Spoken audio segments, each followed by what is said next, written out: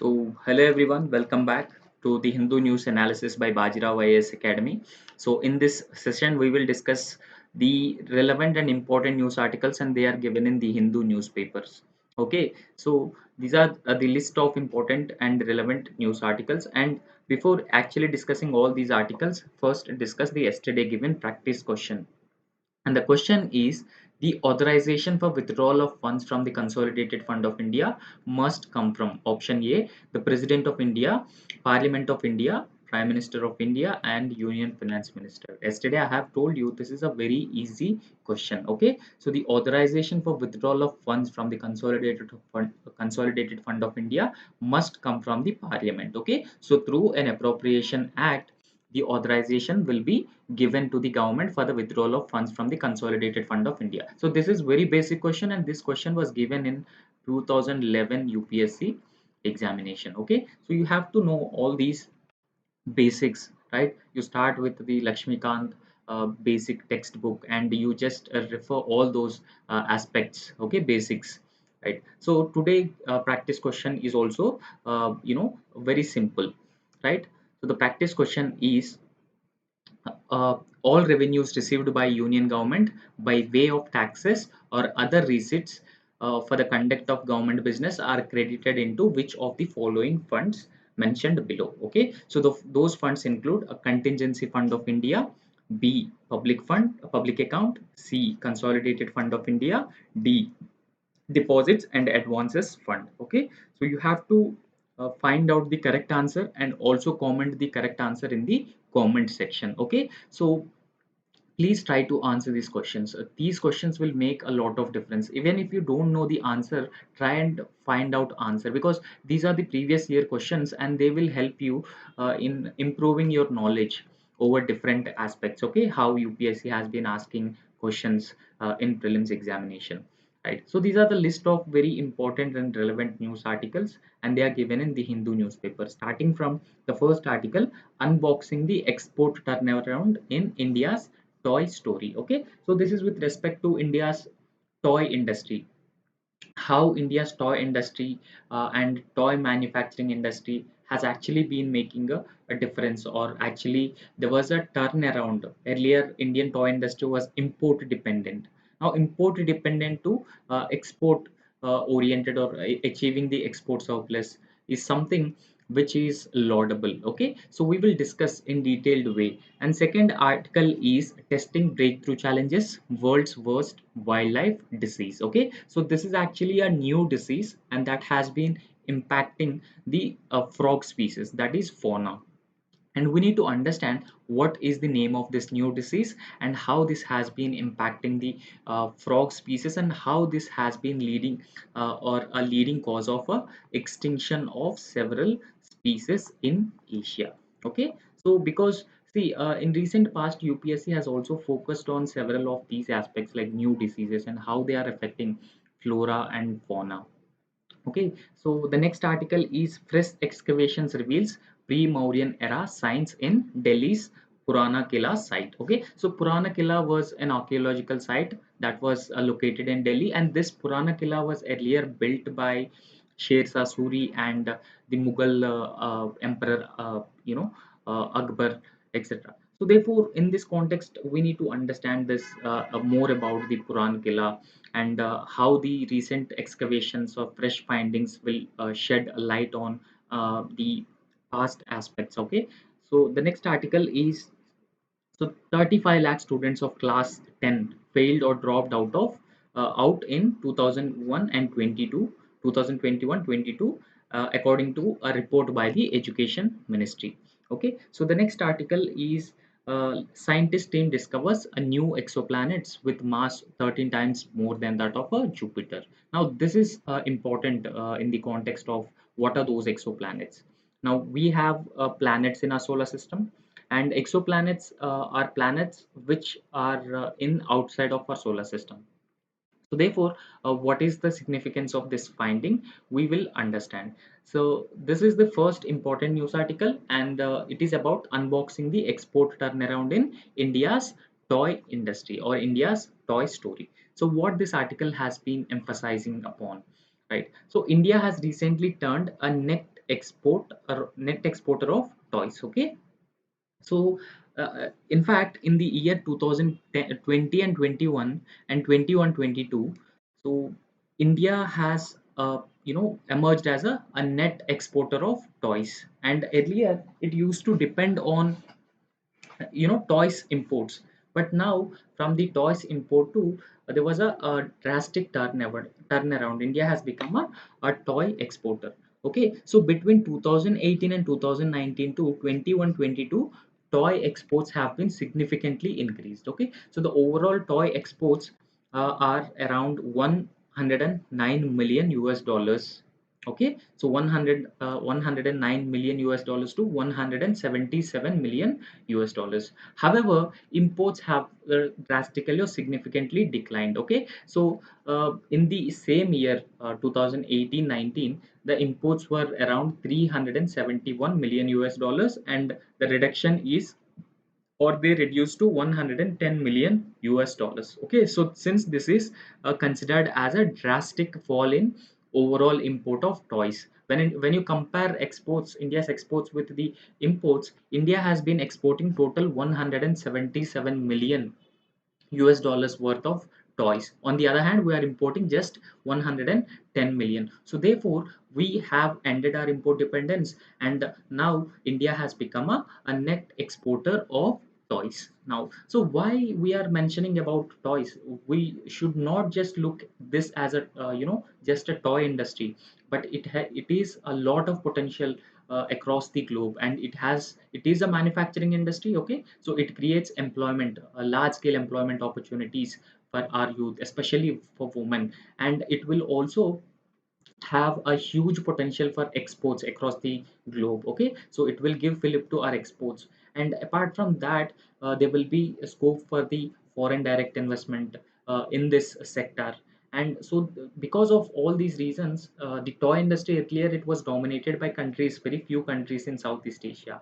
Now India has also been taking up the opportunity to emerge as a leader in toy industry, right? So the achievement is widely credited to the Make in India initiative. We all know that the Make in India initiative was launched by the government of India in the year 2020, 2014.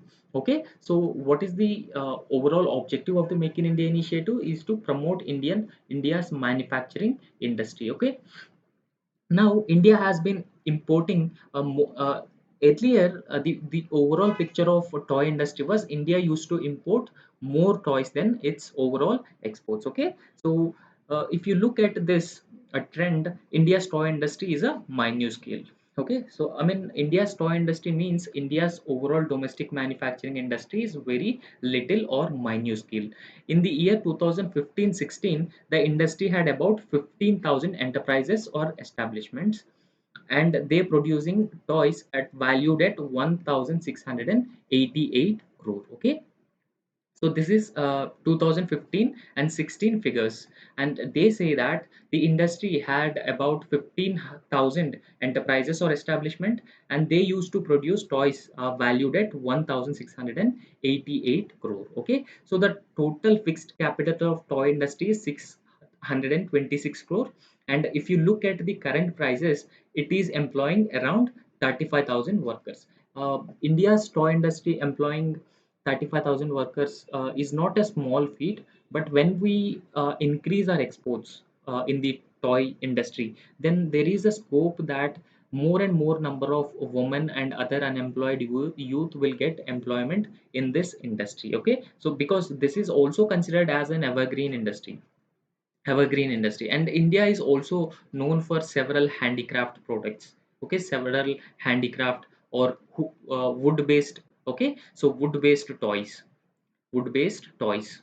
So therefore India can rightly leverage this opportunity. However, between 2014 to 2019, India's toy industry witnessed a negative productivity growth. Okay, so in the overall productivity, Indian toy industry has experienced a negative productivity growth. Now imports have been contracted as the basic custom duty. So there are few reasons why imports have been contracted, and earlier we used to import around 371 million dollars worth of toys. Okay, why suddenly there is a contraction in imports? Because of a few reasons. One is the basic customs duty on toys is tripled from 20% to 60% in February 2020. Okay, so in the year February 2020, the basic customs duty on toys has been significantly increased. Okay, so apart from this, there were numerous non-tariff barriers were also imposed on importing toys. Okay, so several non-tariff barriers were imposed as well, such that the production, registration orders, safety registration codes, which contributed to import contraction. So overall, all these factors have been contributed to the import contraction. So the Asian scene versus India. So in fact, the Southeast Asian countries have a significant share in the overall global uh, toy trade. Historically, if you look at this scenario, Asia's successful industrializing nations promoted toy exports for job creation. Okay, so they have used toy industry as a tool for the creation of employment, large scale employment. And starting with Japan about a century ago, China in 1980s. Now, first, the toy industry and the opportunities in this toy industry were rightly leveraged by Japan, and that was followed by China in the years 1980s, and currently Vietnam is a leader in producing toys. Okay, so now India has also been exploring the opportunities to emerge as a leader in toy industry. Okay, so, however, India followed an inward oriented industrial policy. So, in the years 1980, when China has been opening up its economy, China has been focusing on more and more skill development of its workforce. At the same time, India followed an inward oriented industrial policy. And in the planning era, particularly in the planning era, we all know that we followed the 5-year plans. Okay, so in the plan time, okay, so in the plan periods, India followed a reservation. Okay, so a reservation policy. Now where a particular or certain set of industries were reserved for for example, these industries should compulsorily be in the micro industry sector. So thereby the government has been curtailing the growth of those industries, and we have the inward oriented industrial policy in the planning era, and that has mostly sheltered the domestic production by providing double protection. So at that time we used to provide double protection, right?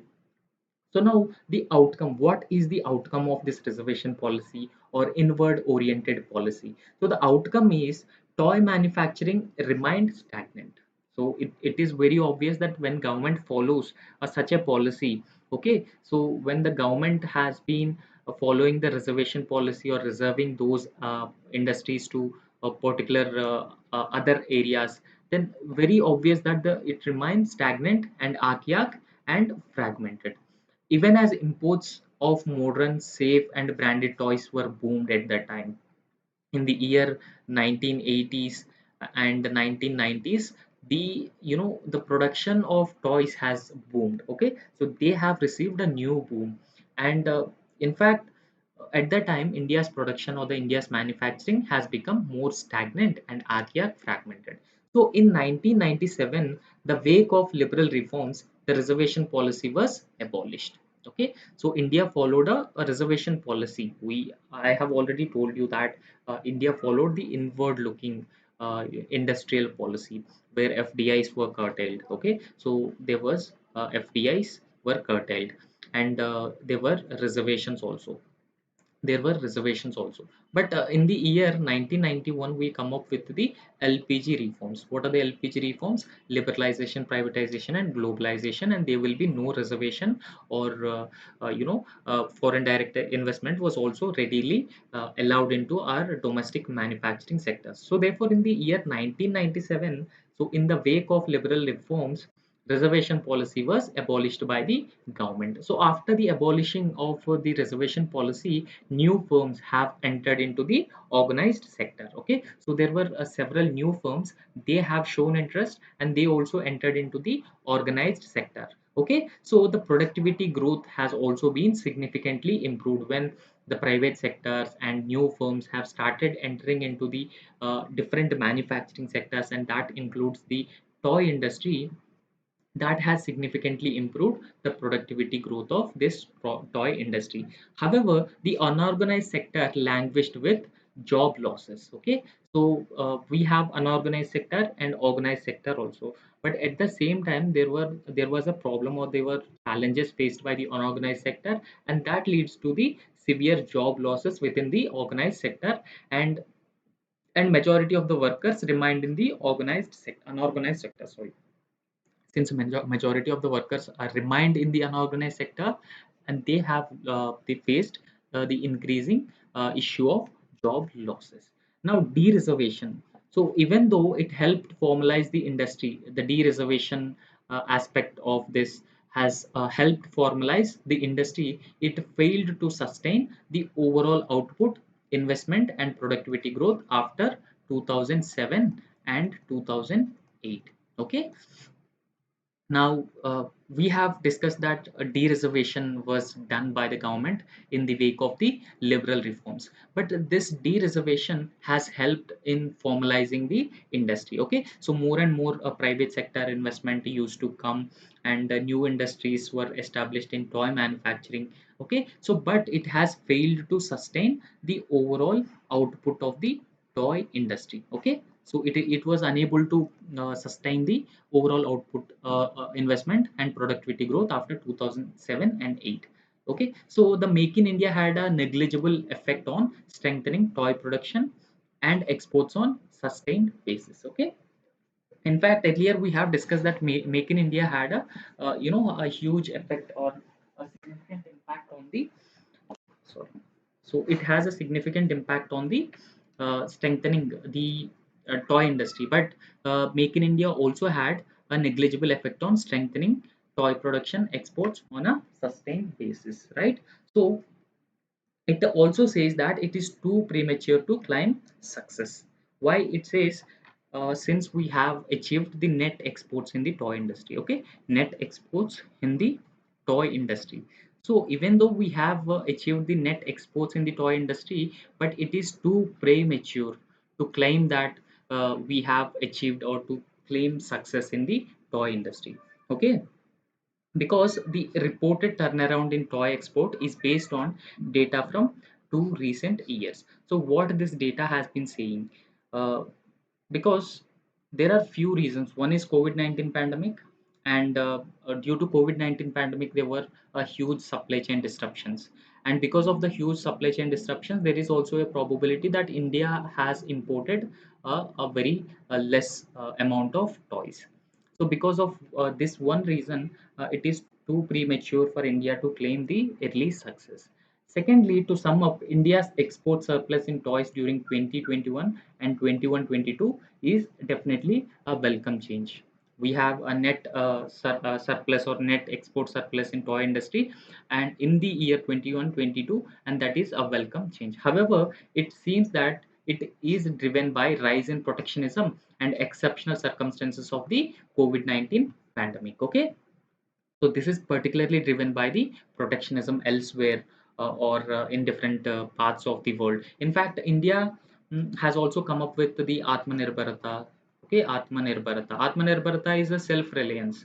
So this is also considered as a one form of protectionism, and this has been particularly driven by the protectionism and exceptional circumstances of COVID-19 pandemic, because uh, in toys the basic customs duty was also increased, okay, significantly increased, and that one way reduced India's imports of overall toys. Next, the turnaround does not seem to be the outcome of strengthening domestic investment and production on sustained basis, right?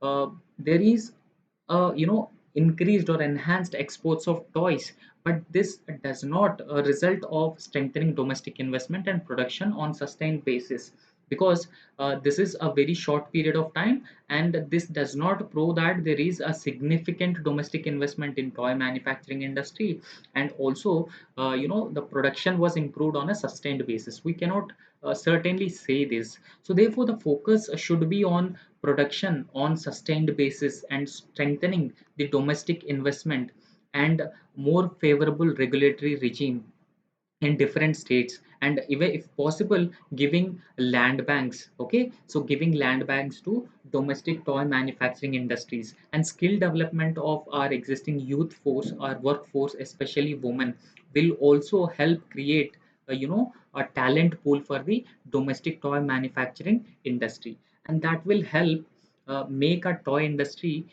more sustainable, and that will also attract the foreign direct investment, and domestic investment will could also be improved in the toy industry. Now this is very important article, especially for the point of view of GS paper 3.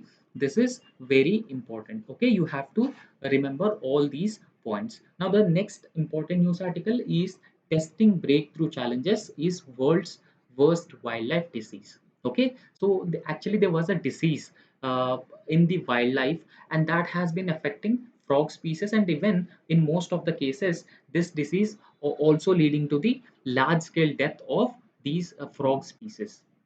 Now we very often consider a frog species as very important species in the overall food web or food chain. Okay, so they are also equated with the keystone species.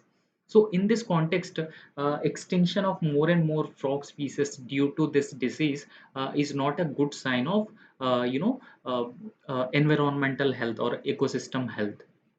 Now, past 40 years, a devastating fungal disease has been ravaging frog populations around the world. Okay, so it has almost wiped out 90 species. Okay, 90 frog species were extinct or wiped out because of this particular fungal disease. You have to remember the disease name and the aspect which causing this disease. Okay, this is caused by a fungus, and this has been impacting the frog species, and that led to the wiping out of 90 frog species.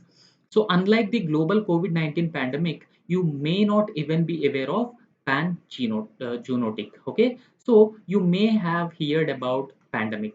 Okay, you may have heard about the pandemic. Now you also heard about the zoonotic disease. Okay, zoonotic disease. Now what is a zoonotic disease? Zoonotic disease is a disease that is transmitted from the animals to human beings. Okay, so that is being transmitted from the animals to humans. For example, COVID-19 pandemic.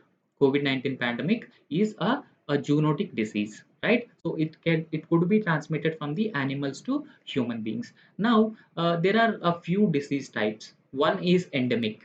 One is endemic. Now, the spread of the disease is limited to one particular region, that is called as endemic disease. And pandemic disease is generally a disease which has a large scale spread throughout the world. So, for example, we can consider SARS-CoV-2 or COVID-19 pandemic as pandemic examples of pandemic. Now, there is we come across an important term. The term is pan-zootic.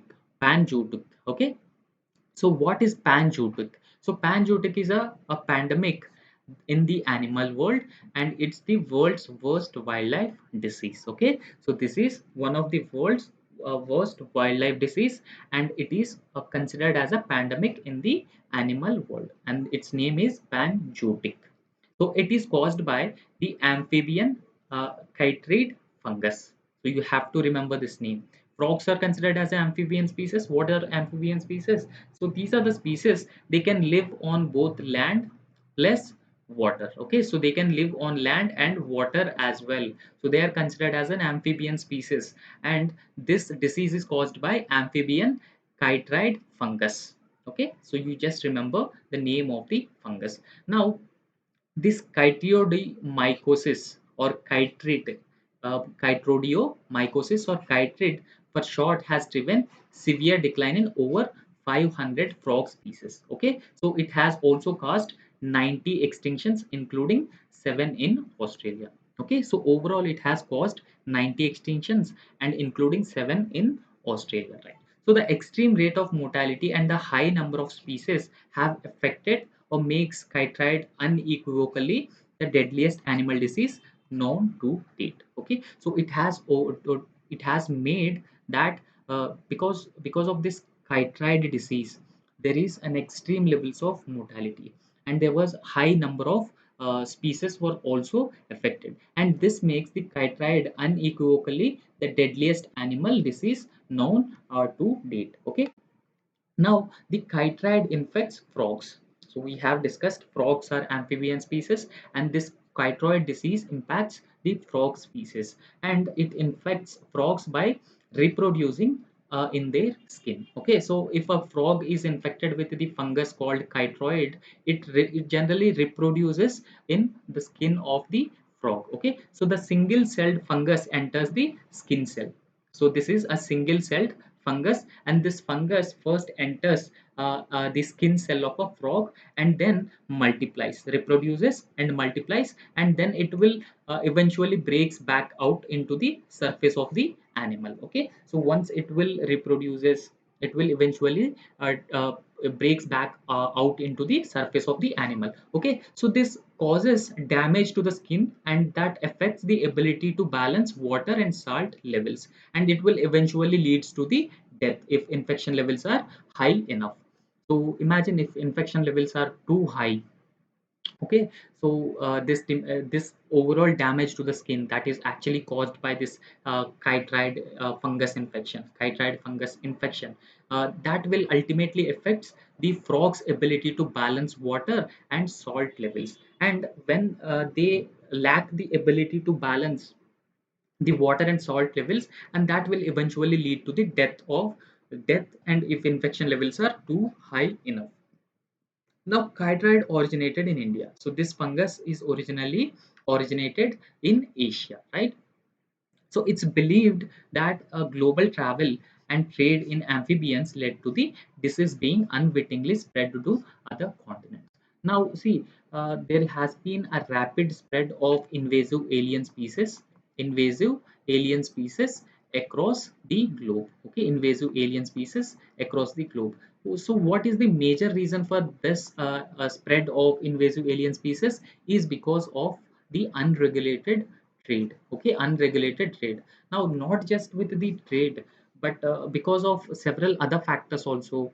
So they are transferred from one region to the other region, even mistakenly also, and in that region they found the favorable characteristics, and they started multiplying themselves, and that they have been threatening the indigenous ecosystem. Okay, indigenous ecosystem, threatening biodiversity of the area as well. So therefore, this chytride fungus has also eventually originated in Asia, but it believed that the global travel and trade in amphibians led to the disease being unwittingly spread to the other countries. For example, if there is a trade in frog species, and those frog species are already infected with the chytride disease, and there is a probability that this will also spread to the other continents apart from Asia. Okay, so the aspect of natural immunity. However, if you look at this, the most puzzling thing about chytride is that some amphibian species, so even those that have not evolved with the pathogen, so they don't become sick when they carry the fungus. So, in fact, these frog species generally have the natural immunity for this particular species. Okay, so even the frog species that are amphibian species infected with the chytride fungus, so they don't evolve earlier, they don't evolve with the pathogen, but because even if they infected, they don't become sick. Even if they carry infection, they don't become sick because they have developed the natural immunity for the species. Okay, so these species have some form of natural immune resistance to chytride fungus infection. However, these frogs have immunity extremely complex. Okay, so if you for example, human beings ourselves have our own immunity system. Okay, so we have T cells. Okay, and also B cells in our, they are part of our immune response system. In the same way, frog immunity is also extremely complex. The immunity might come from antimicrobial chemicals within the skin, and the so where this immunity is exactly come from, the immunity might come from the antimicrobial chemicals within skin, symbiotic bacteria on the skin, white blood cells, antibodies in the blood, or combination of these mechanisms. So all these factors have been giving the natural immunity to the chytride infection on frog species. Okay, so far there is no clear trend has been found. Okay, resistance, immune function, so such things were not found, and no clear trend has been found between resistance and immune functions. So in order to make matters more worse or more complicated, there is also some evidence that the chytride can suppress host immune response, and this is where the problem actually starts. So we have discussed that frog species have natural immunity to this fungus, but what happens is over a period of time, this is not a virus, this chytride fungus, what will do, it will gradually suppress the natural immunity of the frog species. So when it suppresses the natural immunity of the frog species, there is a probability that it will eventually it will lead to the death of the frog species. In the very same way, overall 90 species of frog have wiped out because of this chytride infection, right?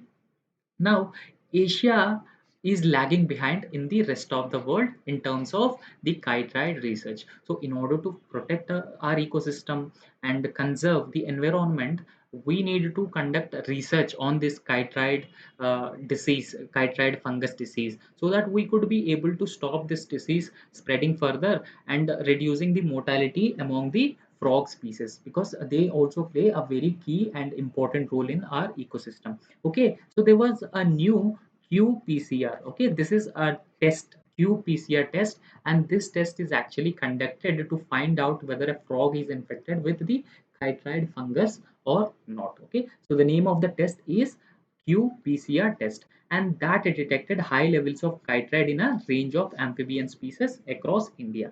So within India also, if when conducted the qPCR test, so it has detected a chytride, high levels of chytride in a range of amphibian species across India.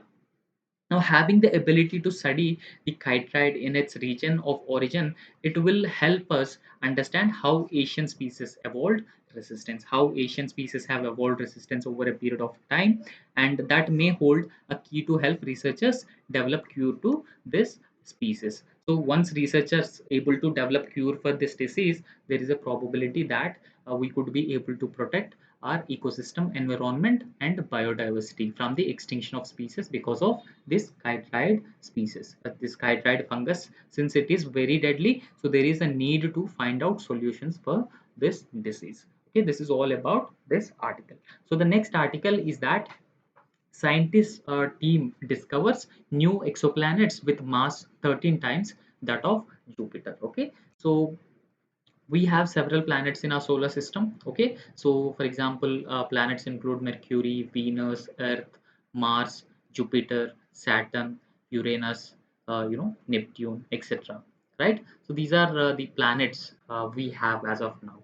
So the largest planet in our solar system is Jupiter. Scientists have recently discovered a new exoplanet. Exoplanets are those planets, they are outside of our solar system. Okay, so they are outside of our solar system, and scientists have found new exoplanets.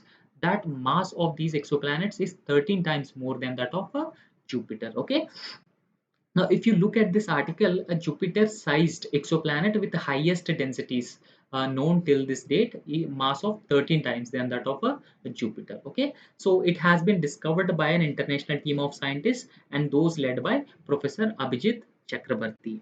Okay, now an exoplanet. What is an exoplanet? So exoplanet is any planet beyond our solar system. So all these planets are part of our solar system, right? So if any planet we found outside of our solar system, they are called as exoplanets. Okay, so they are known as exoplanets.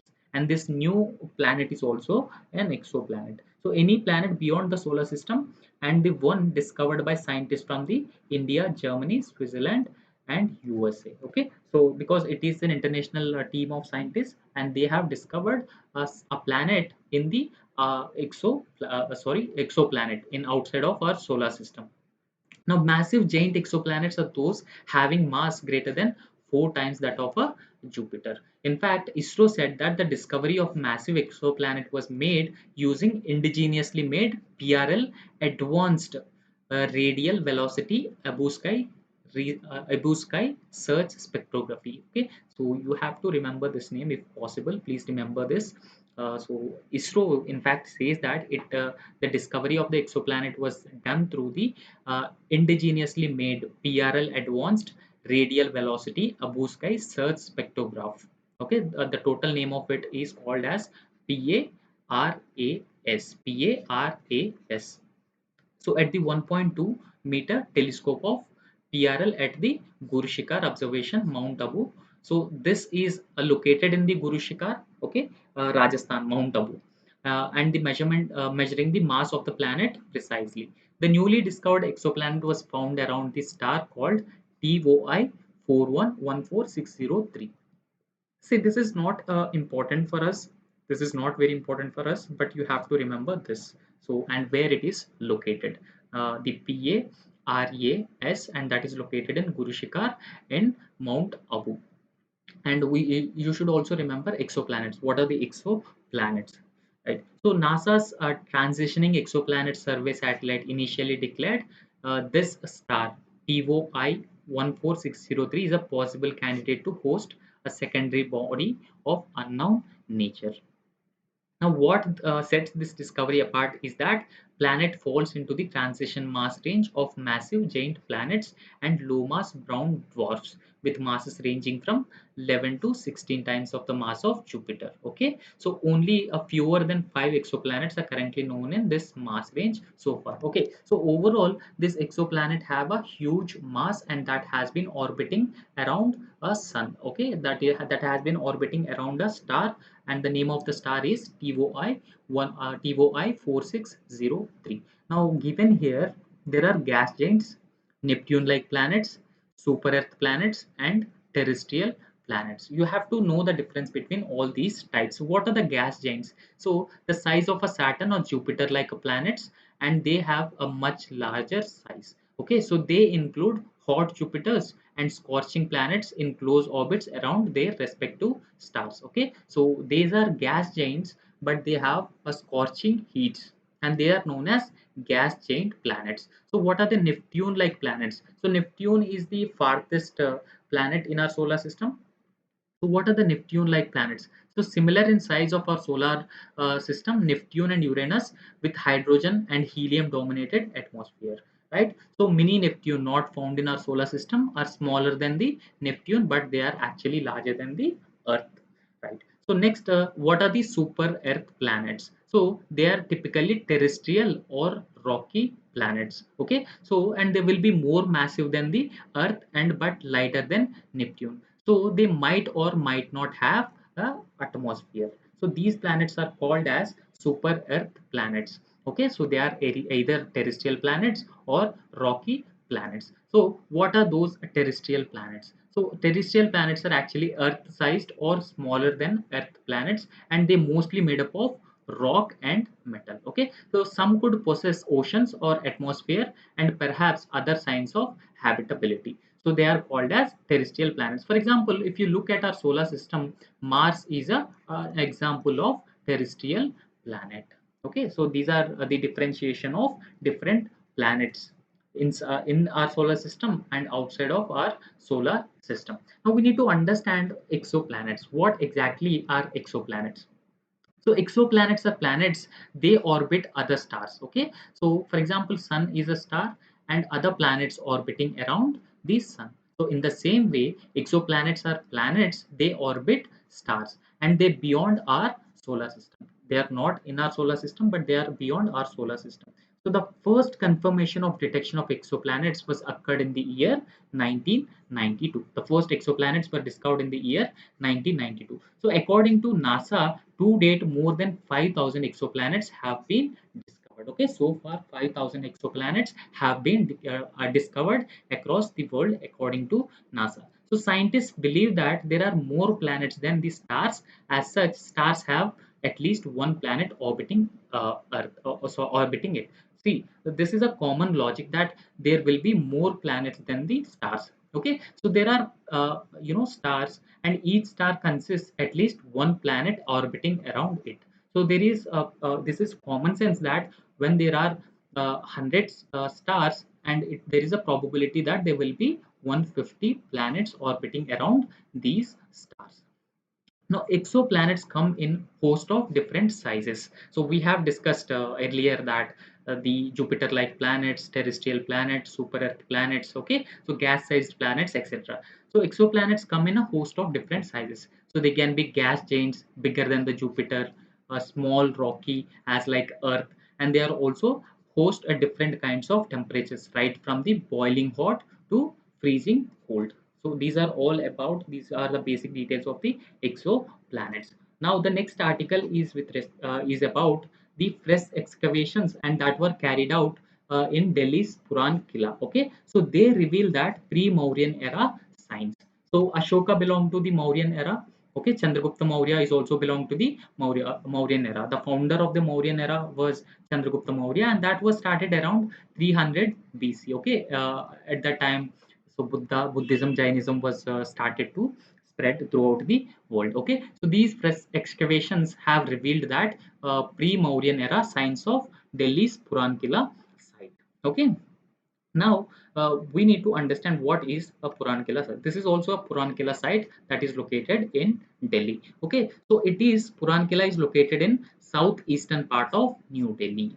Okay, where it's located, Puran Kila. So Puran Kila is located in the southeastern part of New Delhi. Now Puran Kila is the 16th century fort, and that was built by Sher Shah Suri and second Mughal Emperor Humayun. Earlier I have told you that it was built by Akbar, but no, sorry, it was built by the second Mughal Emperor Humayun and Sher Shah Suri in the same periods around 16th century. Okay, so that was a fort, and that fort standing on a site with the thousands of years of history. Okay, so this fort has a thousands of years of history, and this identified as ancient settlement of Indraprastha. So Indraprastha has also been mentioned in the Mahabharata. Okay, so this is known as ancient settlement of Indraprastha, and a continuous habitation of 2500 years of at Puran Kila was established earlier excavations. Now, there were various evidences that were belong to the 900 BC were also found. They include the painted graveware, and that belonged to 900 BC, and earthen pot sequence of Mauryan to Shunga, Kushan and Gupta, Rajput Sultanate and Mughal periods of different evidences found in the excavations at the like sorry so they have founded Puran Kila. Okay, so they have founded Puran Kila. So excavated artifacts such as sickles, pears, terracotta toys, kiln burned bricks, beads, terracotta figurines, seals, and were also excavated from this site. Okay, so historian Alexander Cunningham. See, this question has been asked by UPSC in 2023 exam itself. So even though it never said Cunningham, but there it mentioned a few names like Alexander Ree and other names. So they were associated with which of the following? And the correct answer was that excavations. Okay, so if you carefully listen all these analysis, you will get to know about different things, and they are very important. Okay, so historian Alexander Cunningham identified the fort with the Indraprastha. Okay, fort that of the Indraprastha. So a fortification wall of about 30-meter long was also found in Purana Kila. So three arched gateways, they are Bara Darwaja, that is known as Big Gate, and this Big Gate facing west, so which is still in use today, and the South Gate also popularly known as Humayun Gate. And lastly, there was also a Talaki Gate, often known as a Forbidden Gate. Okay, so there are three arched gateways. So all these gates are double-storied sandstone structures flanked by two huge semicircular bastion towers, and they are decorated with white and colored marble inlays and blue flies. So okay, so these are all the details about the Purana Kila. Now if you come to this article, a fresh round of excavations at the site of Delhi's Puran Kila have uncovered evidence of the continuous history of the pre-Mauryan era. Okay, so these findings include shreds of painted graveware pottery, which are usually belong to 1200 BC to 600 BC, right? Now the remaining all the details we have already discussed in our previous slide. So the new excavations have found remains of a 900-year-old Vaikuntha Vishnu from the Rajput period. Okay, so a terracotta plaque of goddess Gajalakshmi from the Gupta period, and also structural remains of 2,500-year-old terracotta ring, a ring well was also found in Puran Kila. Right, so the Mauryan period and a well-defined four-room complex from the Sunga Kushan period dating back to 2,300 years. So all these aspects were found in the Puran Kila region of Delhi. Okay, so they include beads, seals, copper coins, and bone needle. So it was a very important trade centers. So more than 136 coins and 35 seals have been discovered from small excavated area, and that indicating site's pivotal role as a center of trade activities. Okay, so these are all the significant aspects of the Purankila site. Okay, the next article is about secondary education. So 35 lakh students of class 10th failed or dropped out in the year 2021-22 according to a report or a survey conducted by the ministry, the education ministry.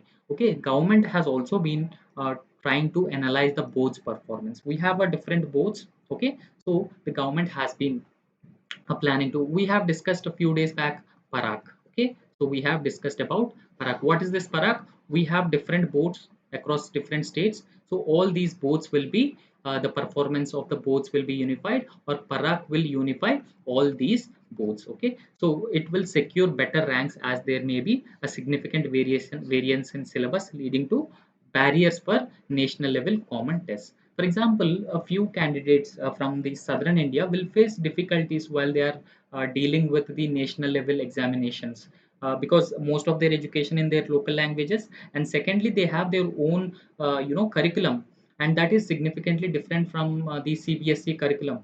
So most of the national exams were based on a national level curriculum. So the Ministry of Education wanted to analyze the different boards performance in NEET. Okay, so or the boards which are securing better ranks as there may be significant variance in syllabus leading to barriers national level common tests. Okay, so that is also being raised by different states like Tamil Nadu. They are also demanding that they don't want to be part of the NEET examination because they are at the disadvantaged position if a NEET examination is conducted. Why? Because they up to 12th examination, their education in their local board. Okay, local board examination.